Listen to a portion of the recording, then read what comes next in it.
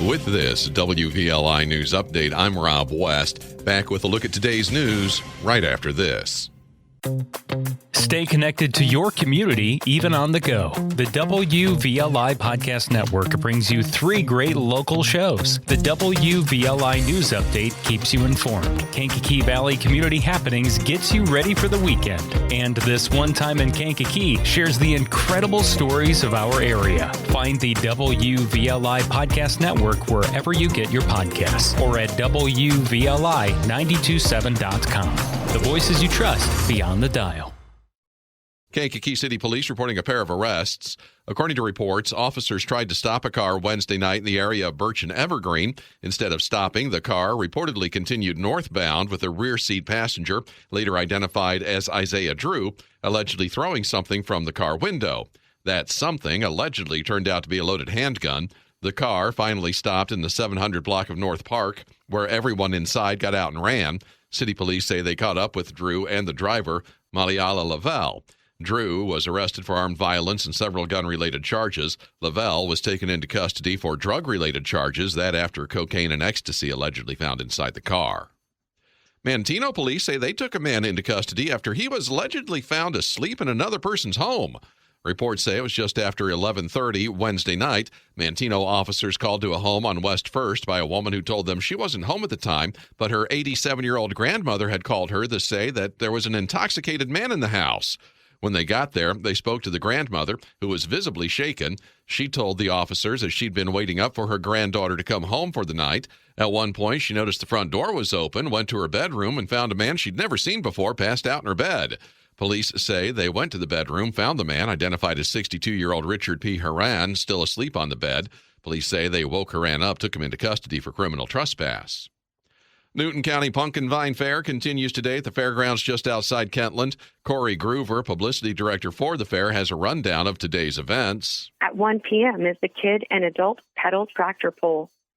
The 4-H livestock auction starts at 4 p.m., and the carnival company and the commercial building opens at 5 p.m.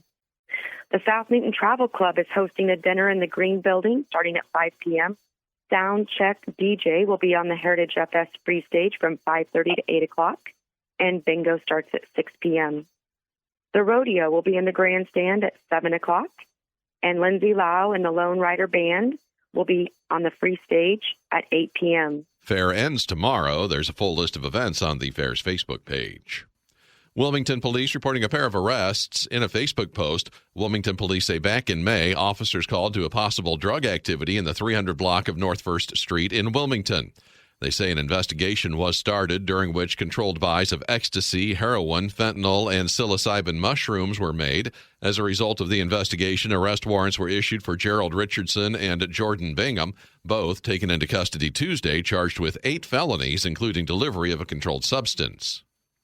Governor J.B. Pritzker signed legislation earlier this week. He says strengthens support for service members and veterans in the state.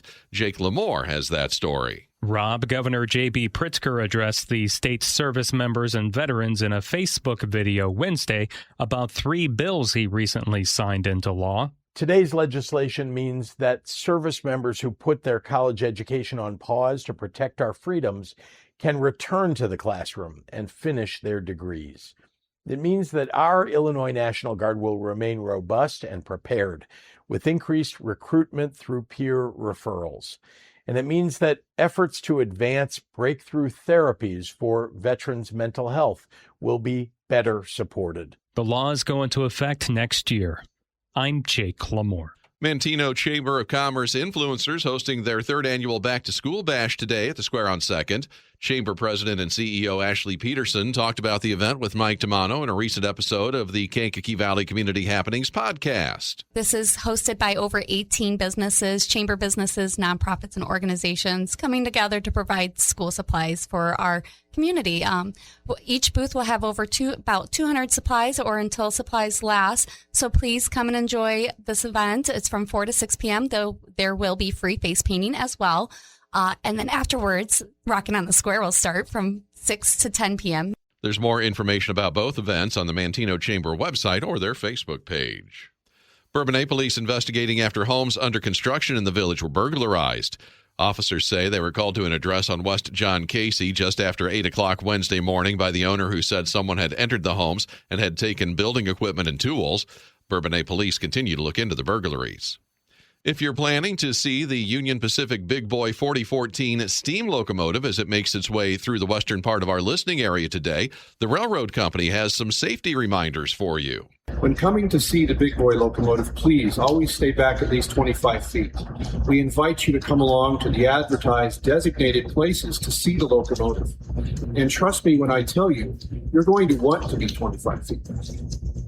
It's also important that you please respect private property and never cross railroad tracks except at only designated places and railroad crossings. That's Ed Dickens, the Heritage Operations Manager for the Union Pacific. The locomotive is making its way across the country in honor of the nation's 250th birthday.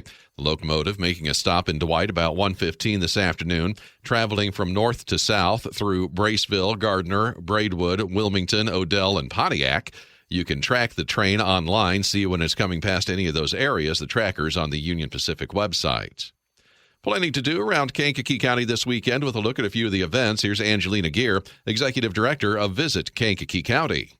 Friday night, catch Disco Stew at the Grove, Todd Hazelrig at Deer Ridge Barn, or 90s Night at the Hill Stage. You can also check out Murder at the Disco or Rollin' Up with Rollin' Out.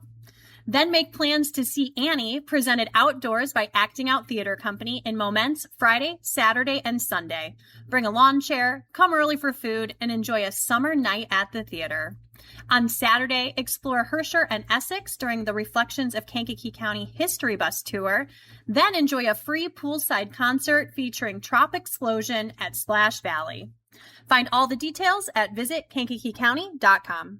Gas prices headed back up as we head into the weekend. AAA says the average cost for a gallon of regular no-lead gas, $4.15 across the land of Lincoln.